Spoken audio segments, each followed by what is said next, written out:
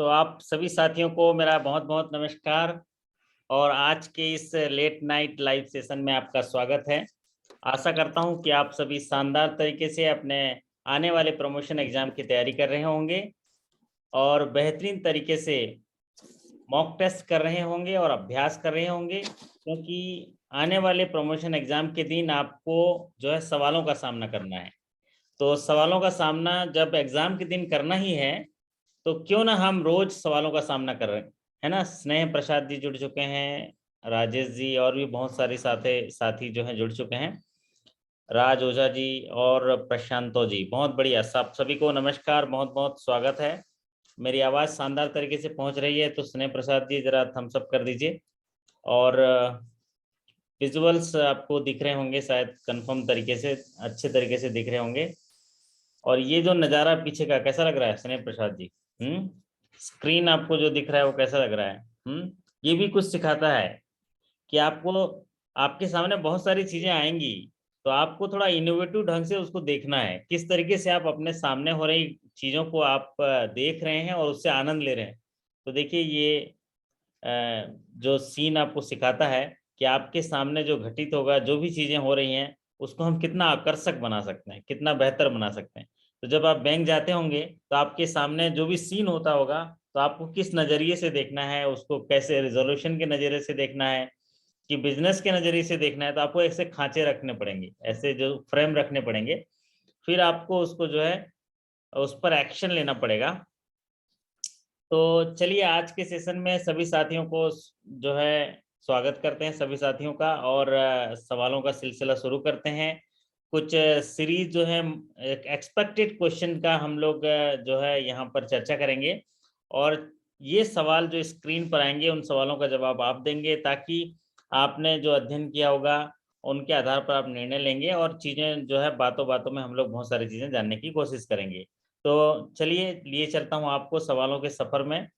और हम लोग जो है अगर जो मॉक टेस्ट करते हैं और जो सवाल करते हैं उनमें अगर ट्रेंडिंग पता चल जाए कि कैसे कैसे टॉपिक से सवाल आते हैं, तो आपको तैयारी में एक जो है टेकअप मिल जाता है, किस तरीके से किस दिशा में जाना है, और उस टॉपिक को आप फिर पढ़ते हैं। तो जो भी सवाल हम स्क्रीन पर लाते हैं उससे आपको ये एक ट्रेंडिंग मिलता है, एक ट्रेंड मिलता है, एक चीज पता चलता है कि हमको किस टॉपिक पे जो है पढ़ना है।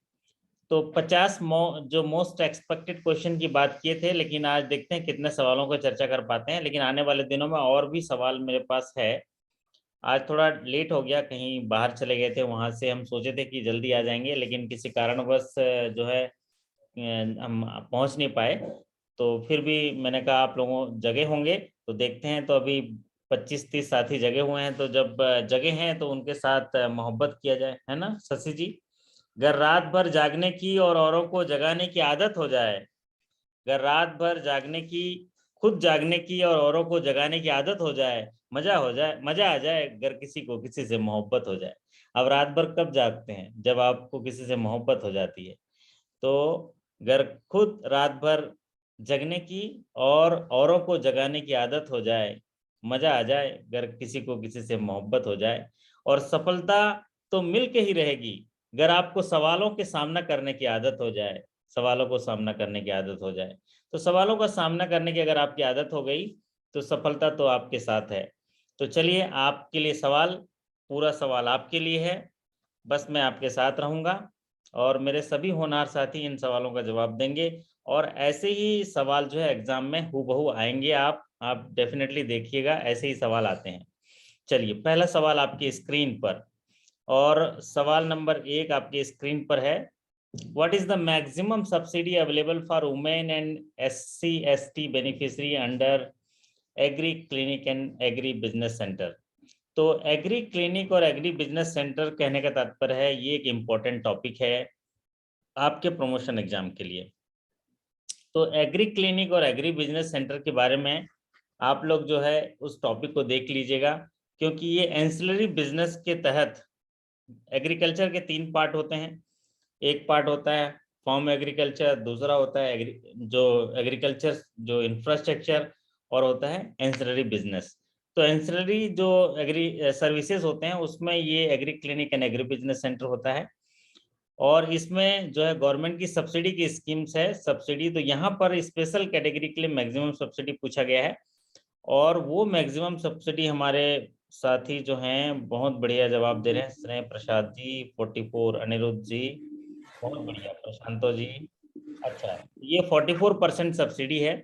और एग्री क्लिनिक और एग्री बिजनेस सेंटर के लिए जो मैक्सिमम जो लिमिट है, प्रोजेक्ट कास्ट है, वो कितना है वो भी जरा टाइप करके बता दीजिए।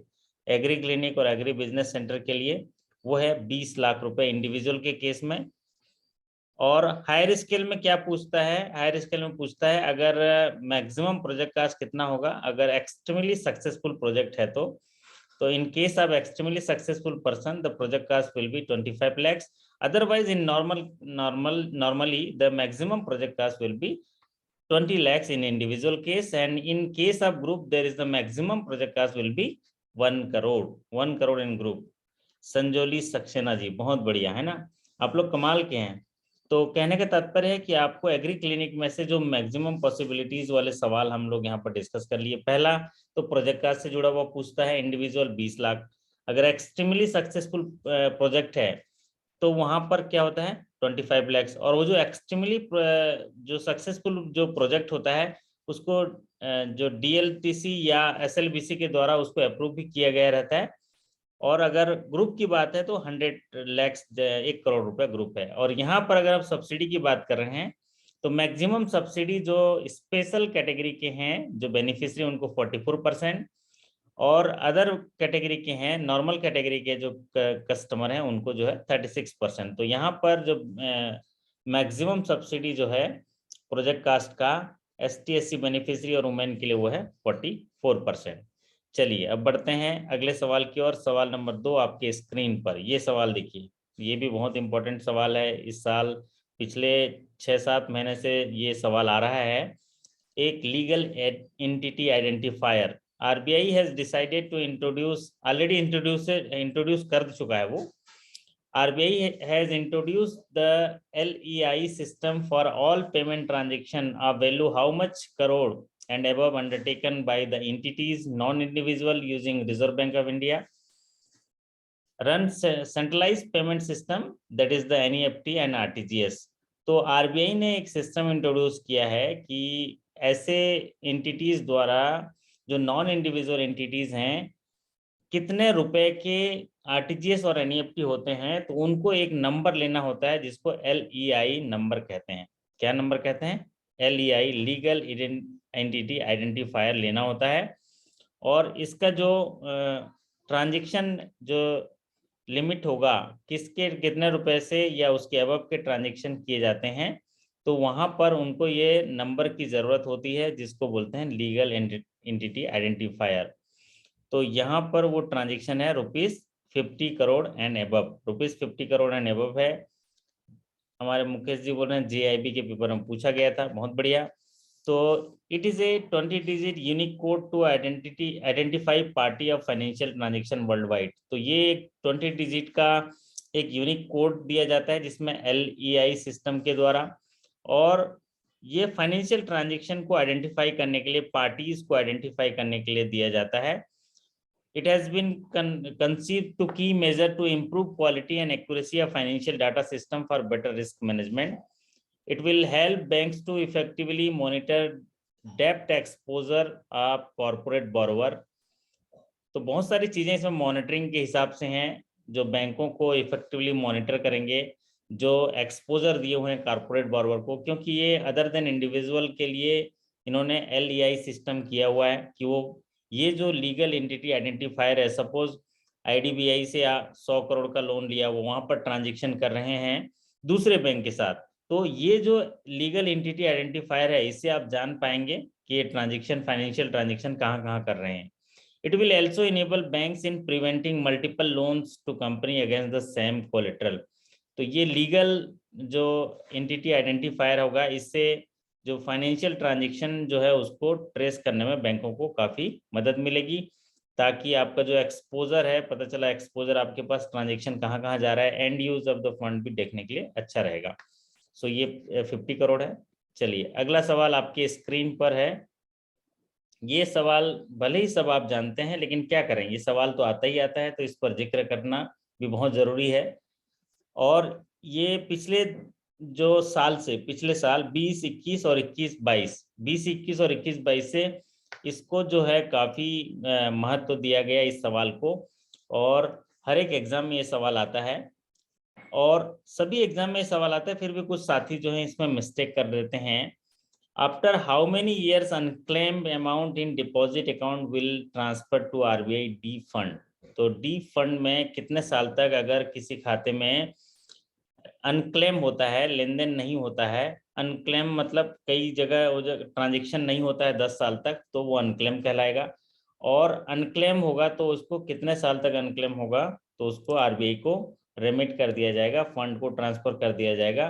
Depositor education and awareness fund करके एक फंड क्रिएट किया गया है, उसमें जाके वो जमा हो जाता है। 6 मंथ, 2 ईयर, 5 ईयर, 10 ईयर, तो ये 10 ईयर है।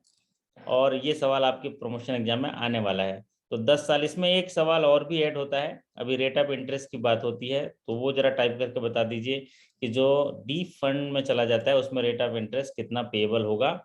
That is 3% simple rate of interest.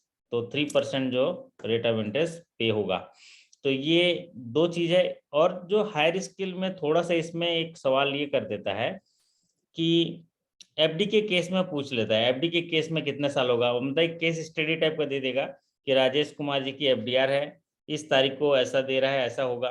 तो आप ना जो ये 10 साल जो लेंगे, 10 साल अनक्लेम, उसके मैच्योरिटी डेट से लेंगे, मैच्योरिटी डेट से। यस, संजोली जी ने कहा ओवर ड्यू 10 ईयर होना चाहिए, ओवर ड्यू हो गया, डेट ऑफ ओवर ड्यू से हम कैलकुलेट करेंगे 10 साल। तो ये हायर स्केल में पूछ देता है, अदरवाइज तो सिंपल आपका जो है 10 ईयर्स होगा। तो जब ऐसे सवाल आते हैं जो एफडीआर से रिलेटेड, जो मुकेश कुमार जी ने यहाँ पर लिखा है, तो कई साथी 10 ईयर्स में ही टिक करके आ जाते हैं। तो वो बोलते हैं सर हमने तो सही किया है, कैसे गलत हो गया, जबकि वहां पर लिखना था over due for 10 years and after maturity. तो ओवर ड्यू हो गया 10 ईयर एंड अबव, तो वहां उसको भेज देंगे आरबीआई के पास। फिर आरबीआई के पास जाने के बाद जब भी फिर क्लेम आता है तो फिर आरबीआई से वापस भी लेते हैं। चलिए अगला सवाल आपके स्क्रीन पर। वाह, ऐसा देख के ना, फैक्ट्री देख के कितना अच्छा लगता है ना शशि जी। ऐसा इतना बढ़िया हम लोग को सौभाग्य मिला ऐसे फैक्ट्री को फाइनेंस करने के लिए। हाँ, बढ़िया से बढ़िया फैक्ट्री को फाइनेंस करने के लिए। और अभी तो प्रियॉरिटी सेक्टर गाइडलाइन इतना बढ़िया कर दिया है ना। क्या कर दिया है प्रियॉरिटी सेक्टर में, एक सेक्टर है एमएसएमई। तो एमएसएमई जो है medium small micro small and medium enterprises. Enterprises दो तरह के होते हैं, एक मैन्युफैक्चरिंग और सर्विस इंटरप्राइजेस। तो उसमें क्राइटेरिया कर दिया, उसमें यूनिट कर दिया है 3 तरह के, एक micro small and medium enterprises.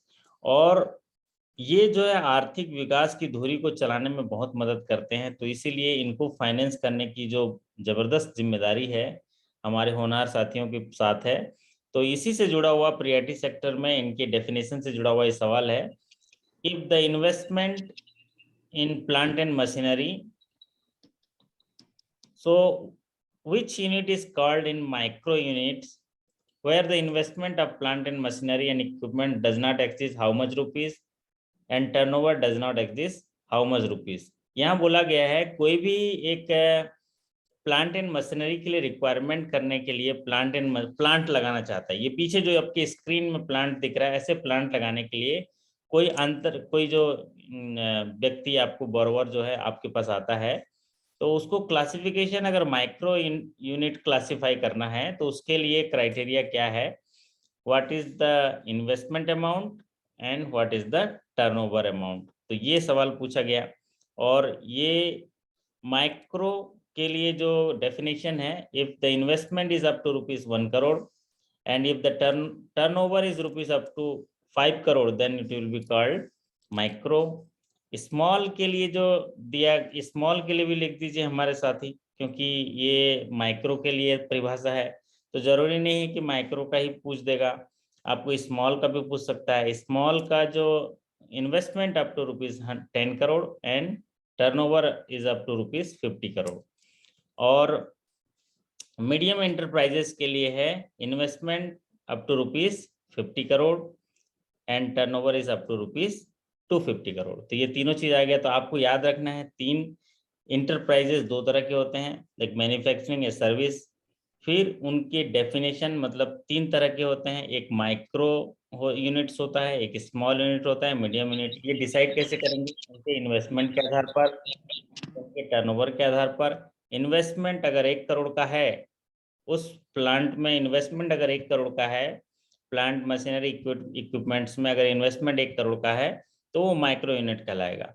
Investment अगर 5 करोड़ तक का है, तो वो 10 करोड़ तक का है, तो वो कहलाएगा स्मॉल यूनिट। और इन्वेस्टमेंट अगर 50 करोड़ तक है तो मीडियम कहलाएगा।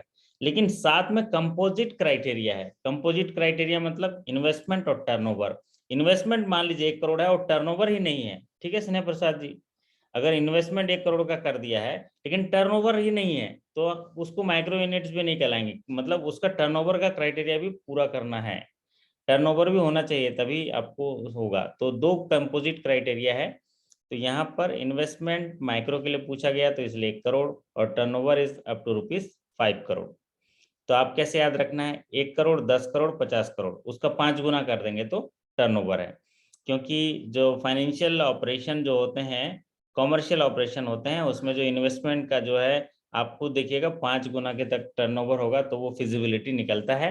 जो भी हम कैपिटल, वर्किंग कैपिटल असेसमेंट करते हैं, उसी के आधार पर रखा गया है। अगला सवाल आपके स्क्रीन पर, बहुत ही सरल सवाल, लेकिन ये सवाल जो है प्राय आता है। In how many days an account become inoperative या डोरमेंट? एक कितने दिनों में अगर लेन देन नहीं होता है तो आपका खाता जो है वो इनऑपरेटिव हो जाएगा। और ये सीधा सीधा जो है क्या होगा, ये 2 साल।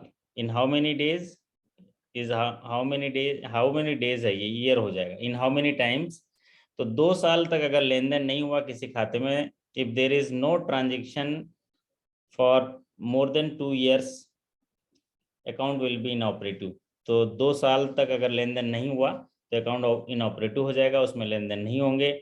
और जब वो कस्टमर आएगा तो उसमें केवाईसी वगैरह लेके, लेन देन करके, ड्यू डिलिजेंस करके हम उसमें ऑपरेशन अलाउ करेंगे। अगला सवाल आपकी स्क्रीन पर, वाह ये तो बढ़िया ही सवाल है एकदम, है ना? तराजू लेके एकदम हम लोग रिस्क ही तौलते रहते हैं ना राजेश जी, है ना? ब्रांच में कोई भी काम कर रहे हैं वो तो हम पहले ही बैठ जाते हैं, हाँ ये बाउचर आया, इसमें कितना रिस्क है भैया, कुछ हो गया तो मैं कितना भरूंगा ये टेंशन रहता है। यस, हम लोग जोखिम वाला काम करते हैं, जिगरा वाला काम करते हैं। कौन सा काम करते हैं? जिगरा वाला काम। ऐसा थोड़ी ना किया है ना, कलेक्ट्रेट ऑफिस में गए या किसी दूसरे ऑफिस में गए। बैंकर वाला एकदम जिगरा वाला काम है। कैसे? हर काम में जोखिम है। किसी का चेक पास करने में जोखिम है, लोन देने में जोखिम है। तो यहाँ पर देखिए जोखिम से जुड़ा हुआ सवाल, what is the risk weight for the mortgage loan to staff member? अगर बैंक के स्टाफ हैं, उनको अगर कोई लोन दिया जाता है और वो सिक्योर्ड बाय मॉर्गेज फैसिलिटी है, सिक्योर्ड बाय टेंजिबल है, उनमें कोई सिक्योरिटी है मॉर्गेज, तो उसमें कितना % का रिस्क वेटेज होगा? तो जब भी हम लोन देते हैं वो एसेट कहलाता है, और एसेट में क्या होता है? रिस्क होता है। और रिस्क की जो गणना है बेसल के नियमानुसार की गई है। और बेसल ने एक नीति निर्धारण किया गया है कि जो भी एसेट आप देंगे वो रिस्क है, और उस रिस्क के लिए आपको कैपिटल रखना होगा। तो रिस्क कितना गणना करना है उसके लिए आरबीआई ने गाइडलाइन जारी किए हैं। उन्होंने क्या किया है, सभी प्रकार के एसेट्स को क्लासिफाई कर दिया है कि इस एसेट में इतना रिस्क होगा। जैसे कैश इन हैंड आपकी ब्रांच में है तो 0 रिस्क। कैश अगर आप दूसरे बैंक में रखे हैं तो 20% का रिस्क। अगर आपने बैंक के स्टाफ को लोन दिया है जो अनसिक्योर्ड लोन है तो 75% का रिस्क। बैंक के स्टाफ को लोन दिया है और सिक्योर्ड बाय मॉर्गेज एसेट है या टेंजिबल एसेट्स है जिसमें मॉर्गेज लगा है, तो वहां पर जो पूछा गया सवाल, वहां पर कितना है? 20% का रिस्क है। तो ये 20%, मान लीजिए हम 100 रुपए दिए हैं तो हमारा रिस्क है 20%। अब वो 20 जो टका है वो हमारा एक रिक्वायरमेंट रहेगा, उसके ऊपर जो हम कैपिटल रिक्वायरमेंट रखेंगे। सपोज ये रिस्क वेट 20 रुपए है, ऐसे करके सभी लोन में रिस्क वेट निकालेंगे, और जितना टोटल होगा उसका जो मिनिमम कैपिटल रिक्वायरमेंट है 9% एंड 2.5% कैपिटल कंजर्वेटिव बफर मिला के आपको उसका कैपिटल निकालना पड़ता है। उतना कैपिटल है तो आप लोन दे पाइएगा, कैपिटल नहीं है तो लोन नहीं दे पाइएगा। तो ये होता है रिस्क। ज्यादातर किसमें रिस्क में 4 चीजें जो इंपॉर्टेंट पूछी जाती हैं। एक तो ये स्टाफ वाला, दूसरा, वो जो सेंट्रल गवर्नमेंट गारंटी लेता है तो कितना रिस्क होता है, कितना होता है जी, टाइप करके बता दीजिए। सेंट्रल गवर्नमेंट की गारंटी है तो कितना रुपए रिस्क, कितना परसेंट का रिस्क वेट होगा। और एक पूछता है जो, हाँ 0% होगा, बहुत बढ़िया अनिश जी, सुमित मेहता जी, संजोली जी 0%। और एक सवाल पूछता है उसमें, रिटेल लोन्स पे कितना परसेंट का रिस्क है, रिटेल लोन पे, रिटेल पोर्टफोलियो पे अगर लोन देते हैं तो कितने परसेंट का रिस्क है, ये सवाल जो है इंपॉर्टेंट पूछा जाता है। तो जरा टाइप कर दीजिए हमारे साथी, रिटेल पर कितना है, रिटेल लोन पे, 100%। रिटेल लोन पे कितने परसेंट का है, रिटेल 100। लोन पे जो है 75% है। रिटेल जो लोन्स है ना उनमें 75% है, इसको सुधार लीजिए, पहले 100% था, पहले 100% था, उसको कम कर दिया, 75% हो गया रिटेल लोन पे 75%, तो इसलिए पूछता है। पर्सनल लोन पे 100% है, पर्सनल लोन जिस है ना, जिसको पर्सनल लोन बोलते हैं, क्लीन लोन उसमें 100% है, लेकिन रिटेल लोन की बात जहां आती है वहां पर 75%। ठीक है, जिस ये, और ये पूछा जाता है, पर्सनल लोन पे पूछा जाता है 100%। तो ये 4-5 चीजें इंपॉर्टेंट हैं। वैसे आने वाले दिनों में बेसल की क्लास जब लेंगे तो उसमें मैं सारे एसेट्स के बारे में भी बताऊंगा, और लेटेस्ट जो बेसल के अपडेटेड गाइडलाइन है उसके बारे में हम लोग एक सेशन रखेंगे, किसी भी समय अगले दिन सेशन में हो जाएगा। चलिए अब बात करते हैं, अगला सवाल आपकी स्क्रीन पर, ये काफी पूछा जाता है, amount up to how much rupees of loan in which land mortgage is not required for agriculture finance. अगर कितने रुपए तक का एग्रीकल्चर फाइनेंस करते हैं तो उनके लैंड का बंधक बनाने की जरूरत नहीं है, बंधक बनाने की जरूरत नहीं है। वाह, क्या खेत है ना राजेश जी, जबरदस्त खेत है ना आपका, इतना बढ़िया मशीन लगा के। आजकल इधर इतना बड़ा बड़ा खेत जो है आजकल कहाँ दिखता है, गांव में देखो छोटा छोटा खेत मिलता है ना, ऐसे छोटे छोटे टुकड़े में खेत रहता है। तो अमाउंट यहाँ पूछा गया है कि एग्रीकल्चर फाइनेंस करते हैं तो कितने रुपए के एग्रीकल्चर फाइनेंस तक हमको बंधक बनाने की जरूरत नहीं है एग्रीकल्चर को, प्रारूप 5 में। और इसका सीधा उत्तर है 1.60 लैक्स। पहले ये 1 लाख था जिसको बढ़ा के 1,60,000 किया गया है। तो इसीलिए आपने देखा होगा जहाँ ग्रामीण बैंक की बात करें तो आपको ये 1,60,000 के ऊपर के लोन पे मार्जिन पूछता है। अभी पिछले एग्जामिनेशन हुआ था उसमें क्वेश्चन आया था कि कोई व्हीकल लोन है उसमें 1,60,000 तक है तो उसके ऊपर के कितनी मार्जिन है, ये पूछा गया था एग्रीकल्चर किसान व्हीकल लोन के लिए। चलिए अब बात करते हैं अगले सवाल पर। अगला सवाल आपकी स्क्रीन पर, ये सवाल थोड़ा फॉरेन एक्सचेंज से जुड़ा हुआ है, फॉरेन एक्सचेंज से जुड़ा हुआ है। Non holiday should be intimated prior to how many days as per FEDI, foreign exchange dealer association of India के हिसाब से नॉन हॉलीडे का मतलब क्या होता है। नॉन हॉलीडे अगर है तो it should be intimated prior to how many days. तो अगर कोई ऐसा हॉलीडे होता है जिसको आप इंटीमेट नहीं किए तो अनडिक्लेयर्ड हॉलीडे होगा, उसके लिए कितने दिन पहले जो है इंटीमेट किया जाना चाहिए। और as per foreign exchange dealer association of India, ये फॉरेन एक्सचेंज के रेट डिसाइड से जुड़ा हुआ सवाल है, तो ये 3 डेज का इंटीमेशन होना चाहिए। अगर 3 डेज का इंटीमेशन है तो ये नॉन हॉलीडे कहलाएगा, अदरवाइज अनडिक्लेयर्ड हॉलीडे कहलाएगा। तो 3 days before it should be intimated for non, it will called non holiday. चलिए अब बात करते हैं अगले सवाल पर। अगला सवाल आपकी स्क्रीन पर देखिए, वाह ये सवाल तो एकदम जबरदस्त है, पूरा सुरक्षित सवाल है, एकदम सुरक्षित सवाल है, 100% सुरक्षित सवाल है। सुरक्षित मतलब आपके प्रमोशन एग्जाम के लिए अपना उसका भैया उसका सीट वीट रिजर्व है ना, उसका सीट जो एकदम आरक्षित सीट है। सवाल पूछा गया, what is the commission payable to bank excluding BC for enrolment in Pradhan Mantri Jeevan ज्योति बीमा योजना।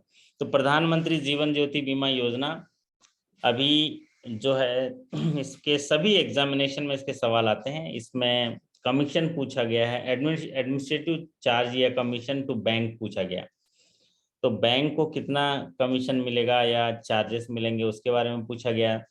तो प्रधानमंत्री जीवन ज्योति बीमा योजना जिसमें 2 लाख का किसी भी कारण से अगर मृत्यु होते हैं तो उसके लिए कवरेज जो है 2 लाख का क्लेम मिलता है मृत्यु पर।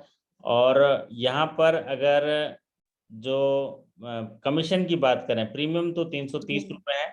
फिर आपके क्वार्टर वाइज प्रीमियम भी हैं, क्वार्टर वाइज आजकल प्रीमियम चालू कर दिए हैं जिसका हम लोग जिक्र पहले भी सेशन में कर चुके हैं। तो क्वार्टर वाइज प्रीमियम आप याद कर लीजिएगा।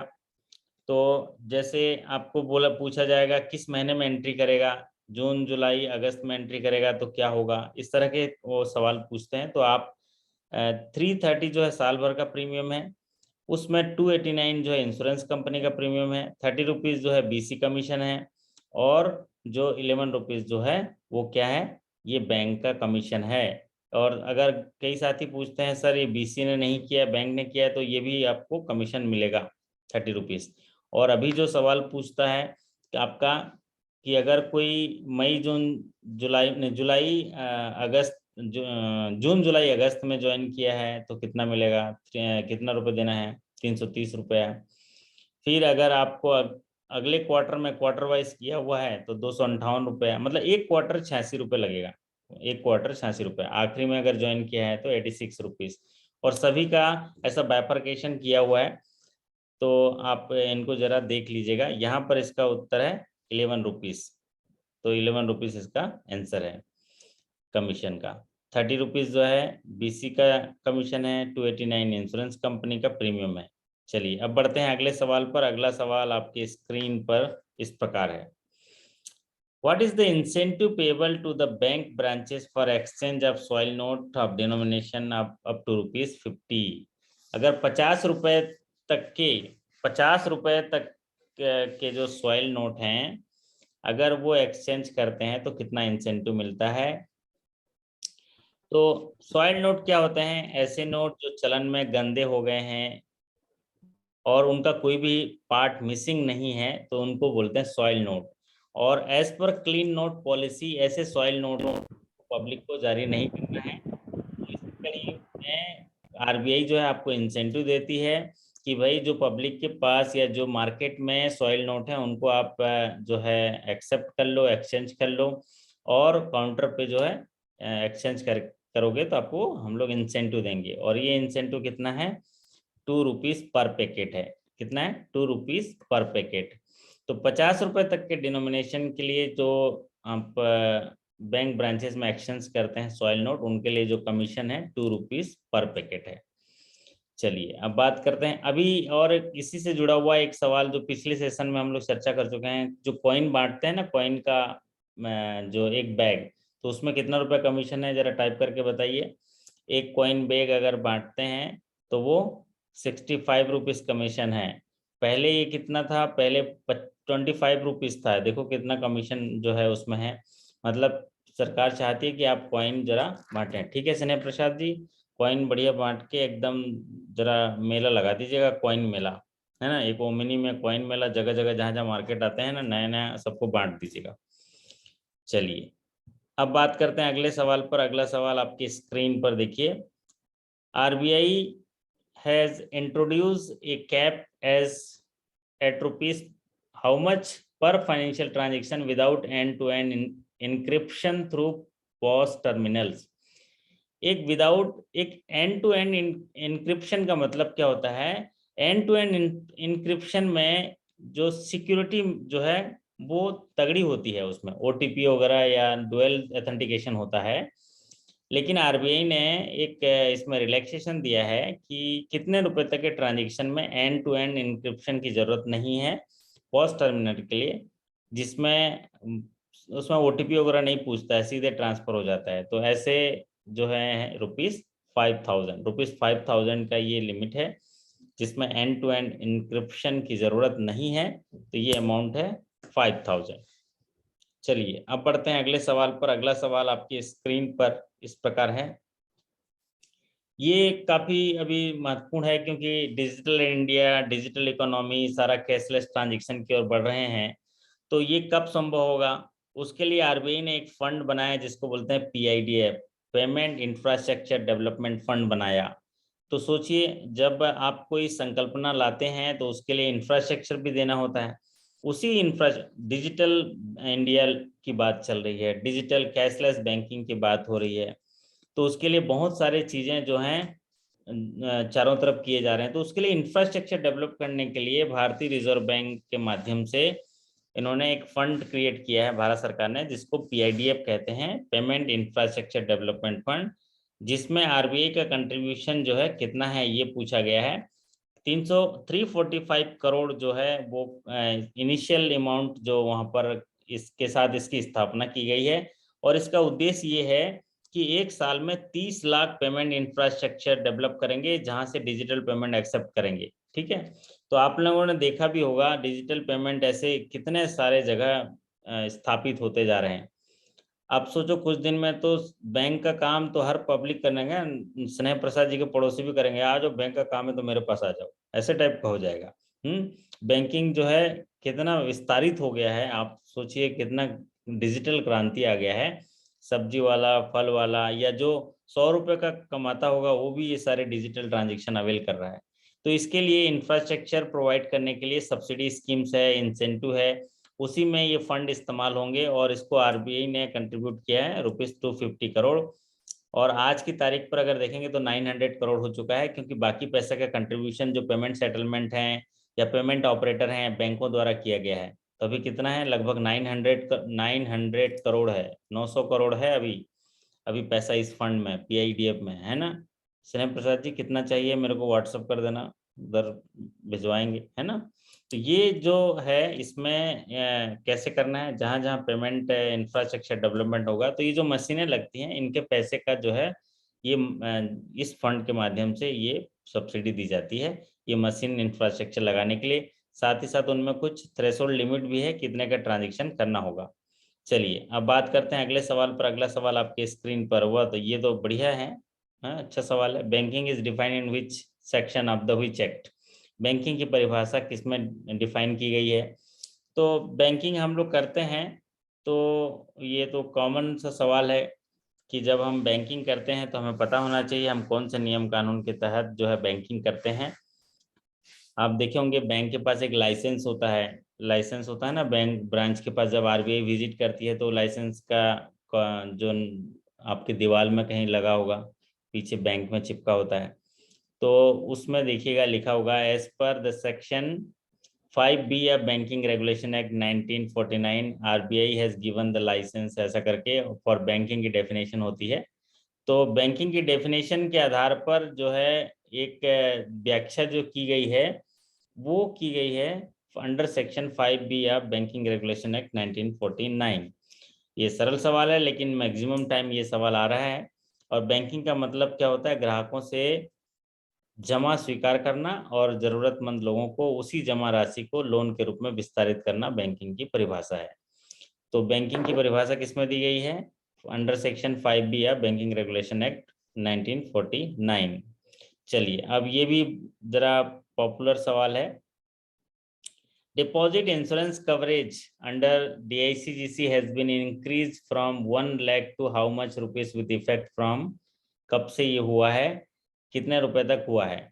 तो ये विद इफेक्ट फ्रॉम मैं बता दे रहा हूँ 4 फरवरी 2020 से भारत सरकार बैंकों में जो भी बैंक अपने कैपिटल रिक्वायरमेंट या स्टेटसरी जो उनके रेगुलेटरी अथॉरिटी के द्वारा जो भी निर्देश दिए जाते हैं उनका अनुपालन करने में असक्षम होते हैं, उनके मापदंडों पे खरे नहीं उतरते हैं, तो ऐसे बैंकों को बंद करने के लिए आदेश दिया जाता है। और जब ऐसे बैंक बंद हो जाते हैं, लाइसेंस रद्द हो जाते हैं, तो उनमें ग्राहकों की जो जमा पूंजी है उनके लिए एक सुरक्षा की राशि होती है, कवरेज होता है।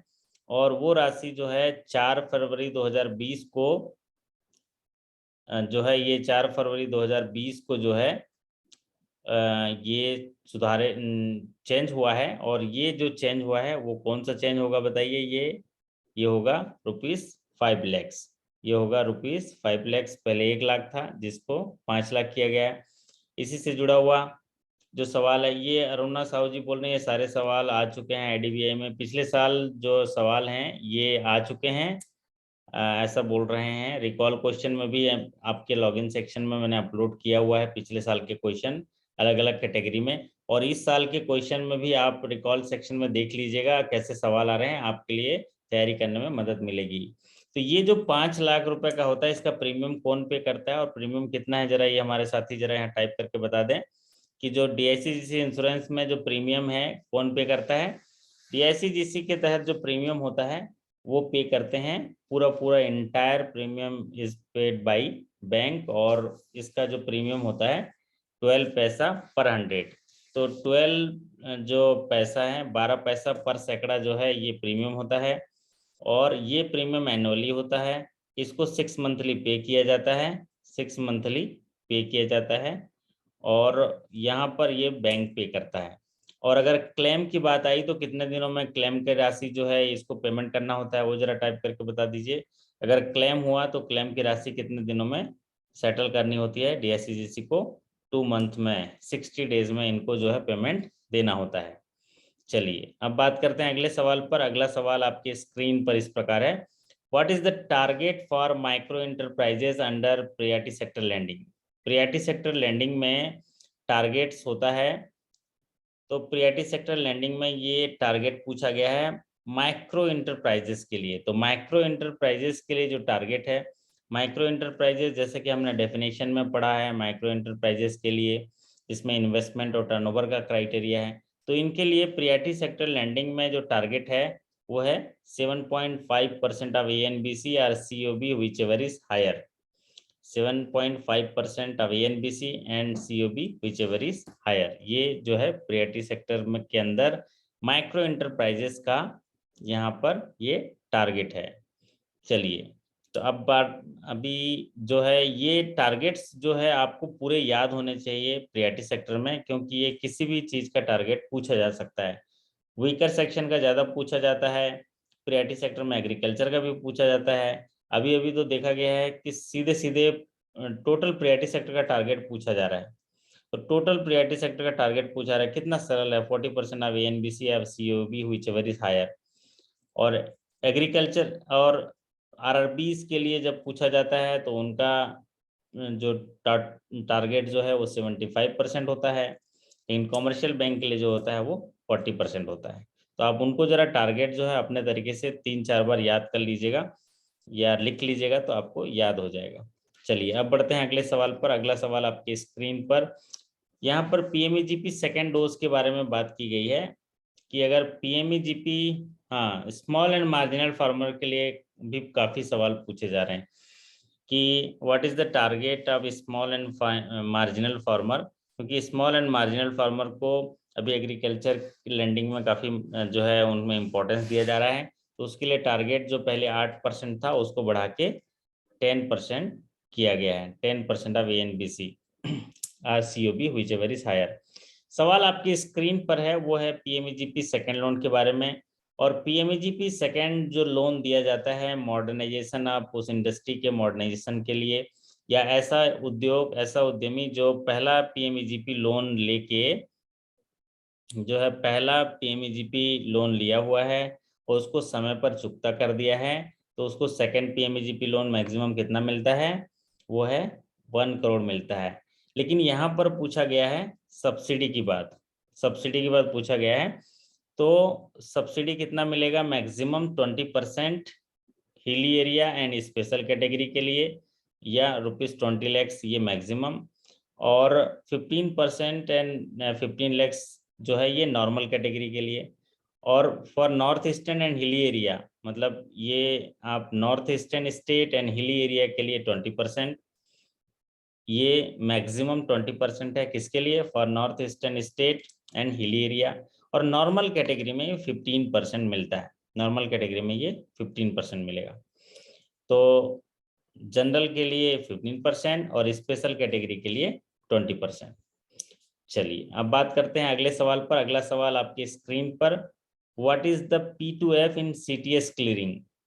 CTS क्लियरिंग में एक P2F होता है, और ये जो P2F होता है इसका क्या मतलब है, ये सवाल पूछा गया है। P2F का मतलब होता है पेपर टू फॉलो। P2F का मतलब होता है पेपर टू फॉलो। और ये क्या होता है, जो ड्राई बैंक होता है वो ड्राई बैंक की जिम्मेदारी होती है कि जो इंस्ट्रूमेंट है उसको प्रिजर्व रखे, तो इसी को बोलते हैं P2F। P2F का मतलब जो ड्राई बैंक है, जो है drawee bank should retain the instrument and preserve preserve the instrument, ये इसको बोलते हैं P2F। अगला सवाल आपके स्क्रीन पर देखिए, जो प्रधानमंत्री फसल बीमा योजना है इसके प्रीमियम आपको याद करने हैं। और इसमें प्रधानमंत्री फसल बीमा योजना में केवल जो सवाल पूछता है वो कौन सा सवाल पूछता है? प्रीमियम कितना होगा, ये सवाल पूछता है। तो what is the annual premium for commercial crop under प्रधानमंत्री फसल बीमा योजना? तो प्रधानमंत्री फसल बीमा योजना में जो क्रॉप हैं उनके प्रीमियम के बारे में, तो ये तीनों प्रीमियम जो है यहाँ पर हैं। एक तो रवि क्रॉप होता है, रवि क्रॉप के लिए जो प्रीमियम होता है 1.50% ऑफ सम इंश्योर्ड, और एक खरीफ क्रॉप होता है उसके लिए 2% ऑफ द सम इंश्योर्ड, और एक एनुअल क्रॉप होता है जिसको कॉमर्शियल क्रॉप बोलते हैं। कॉमर्शियल क्रॉप के लिए ये 5% ऑफ द सम इंश्योर्ड। तो ये जो है यहाँ पर कॉमर्शियल क्रॉप के लिए पूछा, तो इसीलिए यहाँ पर होगा 5% ऑफ सम इंश्योर्ड। अब बात करते हैं अगले सवाल पर। अगला सवाल आपके स्क्रीन पर है, देखिए। अगर लिमिटेड लाइबिलिटी पार्टनरशिप है जहां पर जो पार्टनर्स हैं वो लाइबल्स नहीं होते हैं, लिमिटेड तरीके से लाइबल होते हैं, यहाँ पर कंपनी जो है वो लाइबल होता है, तो अगर इनके केसेस में कोई डिस्प्यूट रेज होगा तो उसको कौन सा जो ट्रिब्यूनल देखेगा? क्योंकि अगर इंडिविजुअल का केस है तो कहाँ जाते हैं? डीआरटी जाता है। और कंपनी का केस है तो कहाँ जाता है? एनसीएलटी जाता है। यहाँ पर सवाल पूछा गया लिमिटेड लाइबिलिटी पार्टनरशिप के लिए, तो कौन सा ट्रिब्यूनल इनके डिस्प्यूटेड केस देखेगा? तो सूट फाइल करना है उनके उनके लिए दावा दायर करना है तो कहाँ जाएंगे? तो जहाँ पर लिमिटेड लाइबिलिटी पार्टनरशिप हैं, फॉर्म हैं, और ऐसे केसेस के डिस्प्यूटेड हैं तो उनको देखता है नेशनल कंपनी लॉ ट्रिब्यूनल। तो नेशनल कंपनी लॉ ट्रिब्यूनल बनाया गया है। जो कंपनी से जुड़े हुए जो डिस्प्यूट के केसेस हैं वो देखते हैं, विवाद के केसेस हैं उनको डील करते हैं, उनको रिजॉल्व करते हैं। तो लिमिटेड लायबिलिटी पार्टनरशिप के जो भी केस हैं वो एनसीएलटी डील करेगा। चलिए अब बात करते हैं अगले सवाल पर। अगला सवाल आपके स्क्रीन पर देखिए।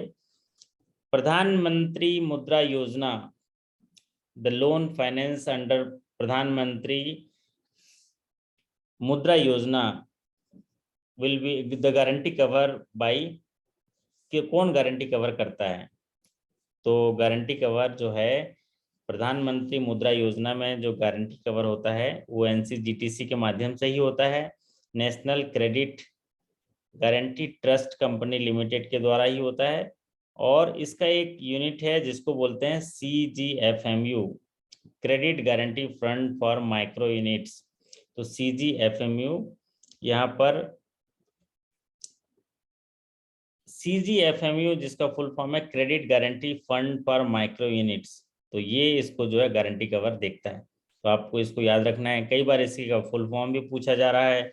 CGFMU का फुल फॉर्म क्या है, यही सवाल पूछा जा रहा है। तो मुद्रा योजना जिसमें 3 कैटेगरी के आते हैं, शिशु, किशोर और तरुण, और उनके जो अमाउंट के बारे में भी सवाल पूछा जाता है। तो आप लोग जरा बताइए, एक किशोर किशोर कैटेगरी के लिए मिनिमम कितना रुपए का लोन दिया जाता है? मुद्रा लोन किशोर कैटेगरी के लिए कितना लोन दिया जाता है? किशोर कैटेगरी के लिए मिनिमम लोन जो होगा वो कितना होगा? ये सवाल पूछा जाता है किशोर कैटेगरी के लिए। तो जब मिनिमम लोन की बात आए तो 50,001 होगा, और शिशु की बात आई तो आपका 50,000 तक, और किशोर की बात आए तो 5 लाख तक। लेकिन जहाँ मिनिमम पूछा गया इसलिए 50,001 होगा, 50,001 होगा। चलिए अब बात करते हैं अगले सवाल पर। Who is the chairman of block level banker committee? Block level banker committee जो होती है BLBC, उसके चेयरमैन कौन होते हैं, ये सवाल। तो ब्लॉक लेवल जो बैंकर कमेटी हैं उनके चेयरमैन कौन होंगे? आप लोग जरा टाइप करके बताइए। जो ब्लॉक लेवल आप लोग तो जाते ही होंगे, है ना। ब्लॉक लेवल बैंकर कमेटी की जो होते हैं उनके चेयरमैन कौन होते हैं? कौन होते हैं वो ब्लॉक लेवल बैंकर कमेटी के चेयरमैन होते हैं? वो होंगे लीड डिस्ट्रिक्ट मैनेजर। कौन होते हैं? जिला अग्रणी प्रबंधक इनके चेयरमैन होते हैं। और एक कमेटी होता है जिसको DLTC कहते हैं, डिस्ट्रिक्ट लेवल टेक्निकल कमेटी, है ना। डिस्ट्रिक्ट लेवल टेक्निकल कमेटी के जो चेयरमैन कौन होते हैं, जरा टाइप करके ADC sir. District level technical committee के जो चेयरमैन होते हैं वो डिस्ट्रिक्ट कलेक्टर होते हैं, डिस्ट्रिक्ट कलेक्टर होते हैं।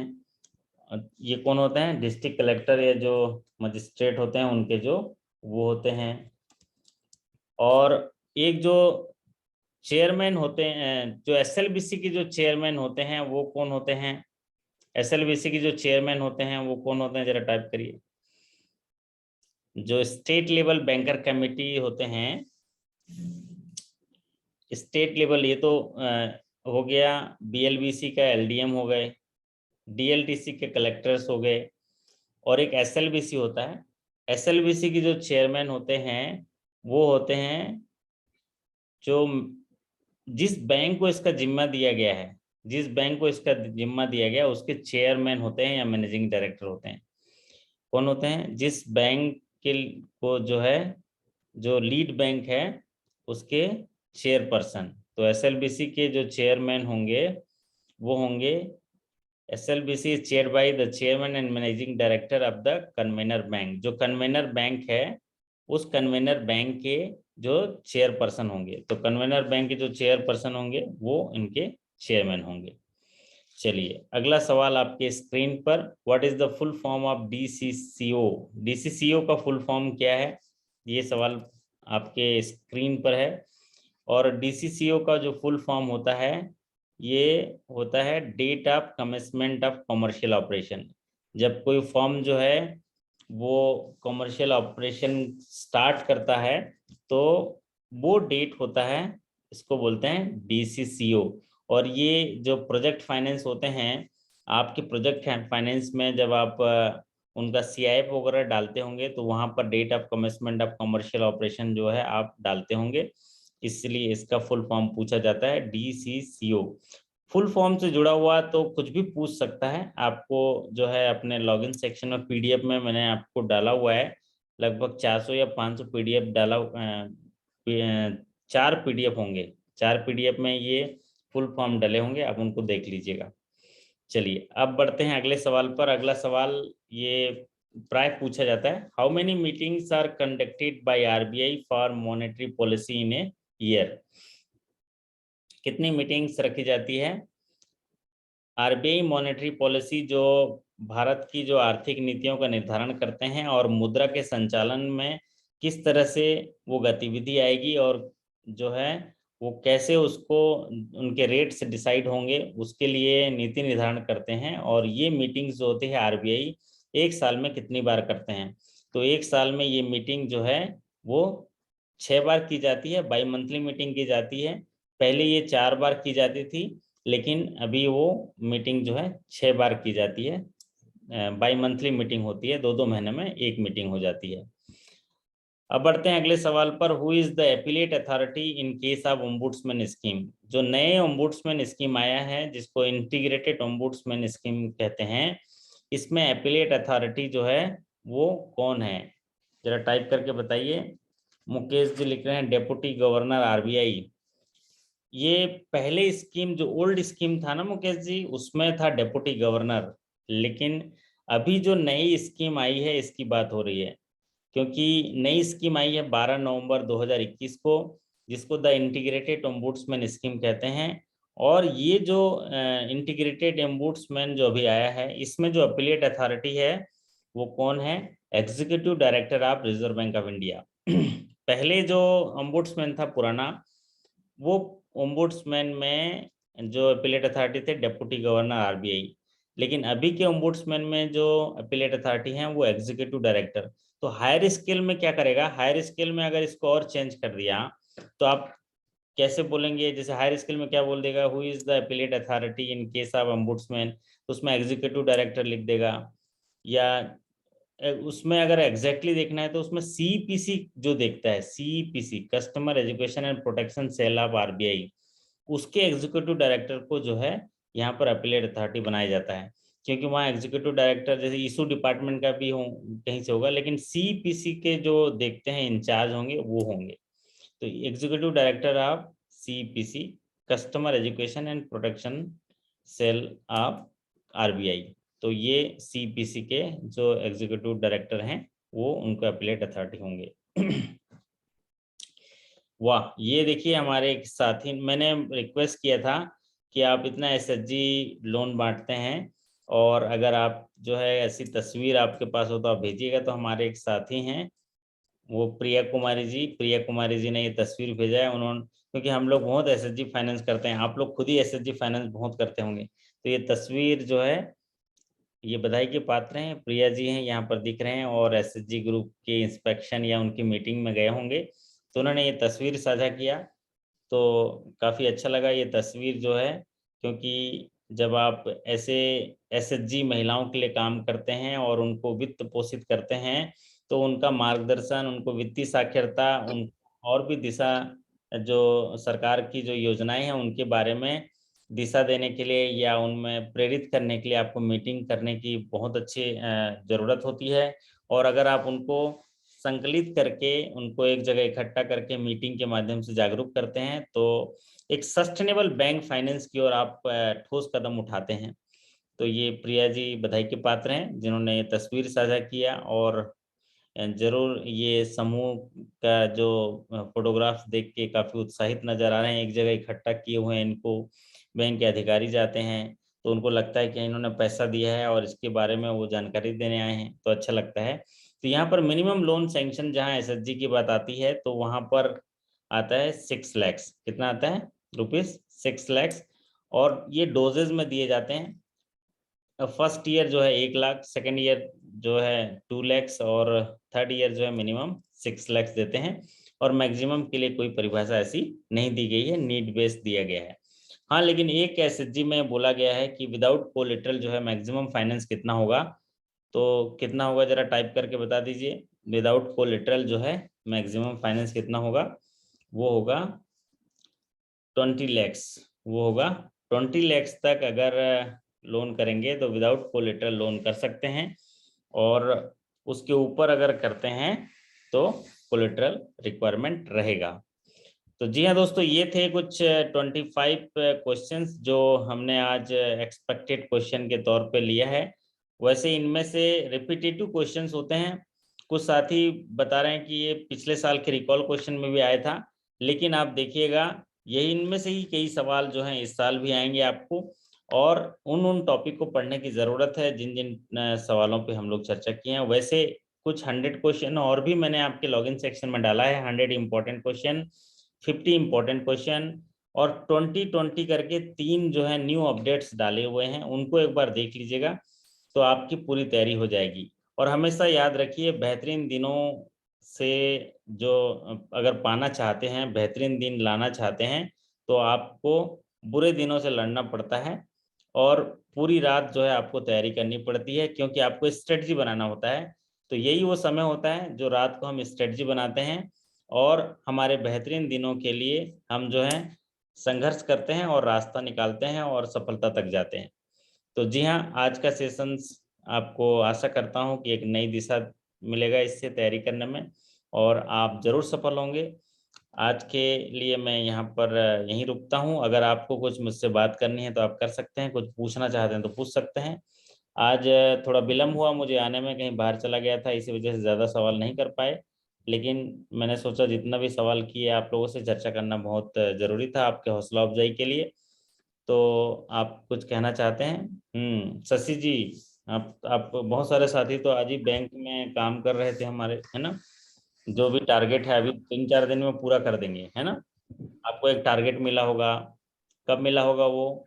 साल में अपने लक्ष्यों को पूरा करने के लिए, व्यवसायिक निष्पादन करने के लिए जो टारगेट मिला होगा, तो उनमें जो कमी रह गई है, सैटरडे संडे को बैंक ओपन करके आप लोग पूरा कर रहे होंगे। आज हमसे जुड़े हुए मैक्सिमम साथी, लगभग 40-50% साथी जो हैं बैंकों में काम कर रहे थे, और फिर उसके बाद अभी जो है आराम कर रहे होंगे या सेशन अटेंड कर रहे होंगे। कोई बात नहीं, ऐसी चीज़ें आती हैं, इसीलिए हमने कहा कि कुछ समय ऐसे आता है कि जहाँ पर हमको समय कम मिलता है, और जब आवश्यकता रहती है उसी समय समय कम रहता है। अभी एग्जाम है और हमारे पास टाइम नहीं है, और बैंक में छुट्टी भी नहीं मिलेगी, है ना राजेश जी? मैनेजर साहब तो थोड़ा मुंह फुला लेंगे, अरे यार बताओ यार, 31 मार्च में कोई छुट्टी देता है क्या? महीने में, अप्रैल में भी नहीं देंगे क्योंकि ऑडिटर आके बैठे होंगे, है ना? तो वो बोलेंगे यार ऐसा कोई छुट्टी, अब हमें भी लगता है कि आप कैसे छुट्टी मांगे। और समय की गति इतनी तेज है कि बैंक एज ए बैंकर होने के नाते हमारे पास इतने गतिविधियां हैं, इतने कार्यशैली है। आप जिस प्रोफेशन में हैं, आप रिटायर हो जाएंगे फिर पता नहीं चलेगा। आप बोलेंगे सर मैं तो रिटायर हो रहा हूँ, आइए हमारे जो रिटायरमेंट वाले फेयरवेल पार्टी में आइए बोलिएगा। तो जी हाँ, इसीलिए मैं कहता हूँ कि जब समय मिले डेली, चाहे एग्जाम हो चाहे ना हो, आप 1 घंटा अपने लिए स्टडी के तौर पे लगाएंगे तो आप सफलता पा पाएंगे। या जो आप वांछित जानकारी जो चाहते हैं बैंक में अपडेट होने के लिए, तो आपकी आदत सी हो जाएगी, और जब आदत हो जाएगी तो सब चीज़ें सामान्य सी लगती हैं। ठीक है। हाँ जी शशि जी, क्या खबर है? ठीक है सर, सब ठीक चल रहा है। ठीक है। कोई एक इम्पोर्टेंट सेगमेंट आप बता दीजिए जिस जो आपको लगा कि आज हमें इस पे ध्यान देने की जरूरत है प्रमोशन एग्जाम के लिए। ये सर, ये सर देखना पड़ेगा। हाँ बोलिए शशि जी। हाँ सर, ये एग्री एग्री फाइनेंस था सर, इसमें ज्यादा थोड़ा सा ध्यान देने की जरूरत पड़ेगी सर अभी। हाँ तो एंसिलरी सर्विसेज एंड इसका रिवीजन की हम्म। तो ठीक रिवीजन है, किया गया है। अभी मैं आपको एक छोटा सा वीडियो देता हूँ agree clinic and agri business centre का। उसको देख लीजिएगा तो आपकी पूरी तैयारी हो जाएगी, है ना। हाँ जी रिवाइज सर। किया हुआ था, थोड़ा टाइम हो गया इसलिए माइंड से निकल गया था। बहुत बढ़िया। हाँ अश्विनी कुमार जी, आप बताइए ऐसी सर कौन जी, सा चीज जो आपको ये अच्छा लगा? सर जी, ये जो सेल्फ हेल्प ग्रुप के केस में बताया है 20 लाख, एक्चुअली 10 और 20 का कोई थोड़ा सा मुझे ऐसा लगता है हम्म। कोई इसमें मिस्टेक है। ये जो 10 लाख आंसर है इसका, या अभी 20। चेंज हो गया है। अभी क्या हुआ है, पहले 10 लाख थे, अभी अक्टूबर में इसको कोलेटरल फ्री लोन जो है उसको 20 लाख कर दिया है। ठीक। मार्जिन का कुछ रेशियो है सर इसमें? नहीं नहीं नहीं, मार्जिन का इशू नहीं है। मार्जिन जो है एज पर bank up to 10 discretion. Lakh आप ये मार्जिन का सवाल जो आता है अप टू बैंक डिस्क्रिप्शन है, बैंक डिस्ट्रिक्शन है।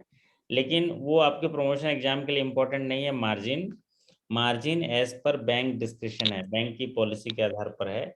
लेकिन 10 लाख जो बोल रहे हैं वो कोलेटरल फ्री 20 लाख है, और मार्जिन जो होता है वो 10 लाख तक मार्जिन नहीं लिया जाता है आपके पॉलिसी के आधार पर। लेकिन यहाँ पर सवाल ये है कि कोलेटरल फ्री लोन देना। पहले क्या था, लोग पूछते थे कि एसएचजी में मैक्सिमम लोन कितना दिया जाता है, तो 10 लाख लिखते थे, जबकि ऐसा पॉलिसी में कहीं नहीं है। मैक्सिमम लोन की परिभाषा उन्होंने नहीं दिया है। मैक्सिमम नीड बेस है, उनको 1 करोड़ की जरूरत है तो क्या नहीं देंगे? अच्छा ग्रुप है तो देना पड़ेगा, लेकिन उसके लिए कोलेटरल चाहिए। तो वो उसी को उनको लिमिट को बढ़ाने के लिए, बैंकें 10 लाख से ज्यादा उनको देती ही नहीं थी, उसलिए उसको दोगुना कर दिया है, 20 लाख कोलेटरल फ्री कर दिया है। तो इसलिए यहाँ पर collateral free loan can be given to the SHG under day NRLM will be 20 lakhs, जी सर। और मार्जिन एज पर आपके एज पर बैंक डिस्क्रिप्शन। दूसरा क्वेश्चन एक और था सर, जो सरसई की फीस के बारे में कल बताया था, हम्म 75 और 150, हम्म। वो क्या लेटेस्ट गाइडलाइन है? पहले 50 और 100 था, हाँ वो चेंज 5%। हो गया, वो ये लेटेस्ट है। Okay, thank you sir. और पहले पेनल्टी भी था, वो भी हटा दिया, 30 days सर का। अगर एग्जाम में क्वेश्चन आता है तो उसमें 50 भी आ गया और 75, तो 75 सही माना जाएगा ना सर? 75 सही माना जाएगा, चेंज हो थैंक यू गया वो, है ना। और जो अभी हम सेशन ले रहे हैं वो पूरा अपडेटेड गाइडलाइन के आधार पर ले रहे हैं। तो पुराने वीडियोस में कहीं दिखा होगा, या अभी आप डॉक्यूमेंट्री में कहीं खोजने जाएंगे तो पुराना ही मिल रहा होगा। एक्चुअल में अगर गूगल में कहीं भी खोजने जाते हैं ना या सर्कुलर, तो वो पुराने जो ज़्यादा देखे होते हैं उसको पहले ऊपर कर देता है। तो हम हाँ, लोग गूगल पे ही बोल रहे हैं सर ये। हाँ ऊपर आ जाता है। तो ऊपर क्योंकि ज़्यादा देखे रहते हैं उसको, और जो नए जो अमेंड हुए हैं वो नीचे रहते हैं, 7वें 8वें नंबर पेज पर रहता है, तो इसीलिए हम उसको अपडेट नहीं हो पाते हैं। ठीक है। जी आपके सर। रिकॉल क्वेश्चन में भी जैसे 50 और 100 ही था सर, मैंने पढ़े थे काफी वहाँ, तो हाँ इसलिए फिर एक कल बार। क्वेश्चन रहेगा, लेकिन अभी आएगा तो अभी जो कल पढ़ाए हो ना जी सेंट्रल यूनिवर्सिटी उस पर जी भी। जी थैंक यू जैसे सर। अभी अभी कल हम बेसल पढ़ाएंगे तो आप देखिएगा बेसल में जो चीजें बताऊंगा वो अपडेटेड रहेंगे, है जी ना। जी। पहले वाले में डेट वगैरह आप जो है पुराने होंगे। ठीक है। तो स्नेह प्रसाद जी इजाजत लें आपसे फिर, है ना। कुछ बोल रहे हैं आप? सर एक क्वेश्चन था सर, और हाँ। पहले भी मैं पूछा था sir, to minor account can open account और नॉट सर? क्या जॉइंट अकाउंट खोलना है? हाँ, 2 माइनर अकाउंट खोल सकते हैं कि नहीं? 2 माइनर अकाउंट कैसे खोलें? कितने के वो है, मतलब एज मतलब एज एज क्राइटेरिया 10 हो, अगर हो सर, 2 माइनर ज्वाइंटली खोल सकते हैं कि नहीं? जॉइंट अकाउंट जो है, मैं अगर वो है तो नहीं खोल सकते ना। तो सर एक्चुअली सर एक हम देखे हैं सर बुक में कि अगर वो एक सेम फैमिली मेंबर से हैं तो खोल सेम सकते फैमिली हैं। मेंबर है तो खोल Allow- सकते। अगर इसीलिए सर कंफ्यूज हो एक गया। फैमिली मेंबर है तो खोल सकते हैं जॉइंट अकाउंट में, खोल अदरवाइज सकते नहीं हैं। खोल सकते, है ना। ओके तो सर, इसके लिए आप क्या कर देगा, अपने मैनुअल ऑफ इंस्ट्रक्शन को थोड़ा फॉलो कर लीजिएगा। बैंक ओके बैंक सर, के मैनुअल ऑफ इंस्ट्रक्शन, कई के बैंक में क्लियरली उसमें मैनुअल ऑफ इंस्ट्रक्शन है, या उसको मुझे दे दीजिएगा, मैं बता दूंगा आपको, है ना। ठीक है सर, ठीक है, manual thank of you, instruction for operation of joint account for minor in case of minor. तो आपका मैनुअल ऑफ इंस्ट्रक्शन बुक एक ही होगा, जिसमें सेविंग अकाउंट, करंट अकाउंट और आरडी अकाउंट, सभी अकाउंट के बारे में ऑपरेशन के लिए होता है कि सिंगली ऑपरेटेड है तो कैसे होगा, जॉइंट में माइनर के केस में ऐसे में होगा तो होगा। अगर एक ही फैमिली मेंबर के हैं तो अलाउ है, अदरवाइज अलाउ नहीं है। ठीक है, okay sir, thank you sir. चलिए। तो अभी मैं आपको कुछ वीडियो देता हूँ, आप लोग देख लीजिएगा, फिर हम लोग एक मॉक टेस्ट भी दूंगा थोड़ी देर में, 5 मिनट के अंदर, फिर उसके बाद उसको करके आप लोग रेस्ट कर लीजिएगा। और फिर हम लोग कल फिर एक इंटरनल सेशन करेंगे। ये क्वेश्चन वाला एक दिन बात करेंगे, देखते हैं कल क्या सेशन करूंगा, मैं आप लोगों को इन्फॉर्म कर दूंगा इस बीच। लेकिन आप लोग पढ़ते रहिए अपने हिसाब से और सीखते रहिए, बहुत सारे मटेरियल आपके लॉगिन सेक्शन में, सवालों का सामना करते रहिएगा। ठीक है, तो चलिए आपसे विदा लेते हैं। हाँ, अरुणा जी कुछ बोलना चाह रहे हैं? नहीं सर, कुछ नहीं। ठीक है, तो हमारे साथियों का धन्यवाद कर दीजिए शशि जी, और आज के लिए अच्छे विशेष कर दीजिए, प्रार्थना कर दीजिए।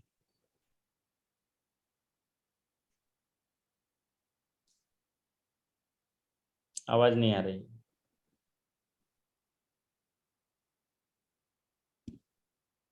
अच्छा, उनकी आवाज नहीं आ रही है। मैं सभी साथियों को हमारे शशि जी की ओर से बहुत सारी शुभकामनाएं देता हूं कि आप भगवान से प्रार्थना करिए कि भगवान आपको सामर्थ्य दे, आपको शक्ति दे, और इस जो कठिन चुनौतियों का सामना करते हुए भी ज्ञान कौशल जो आपको चाहिए आपके प्रमोशन के लिए, उसके लिए आपको एक सामर्थ्य दे, एक शक्ति का संचार करे आपके जीवन में। इन्हीं शुभकामनाओं के साथ आपसे विदा लेते हैं और एक शानदार रात आपको देता हूं।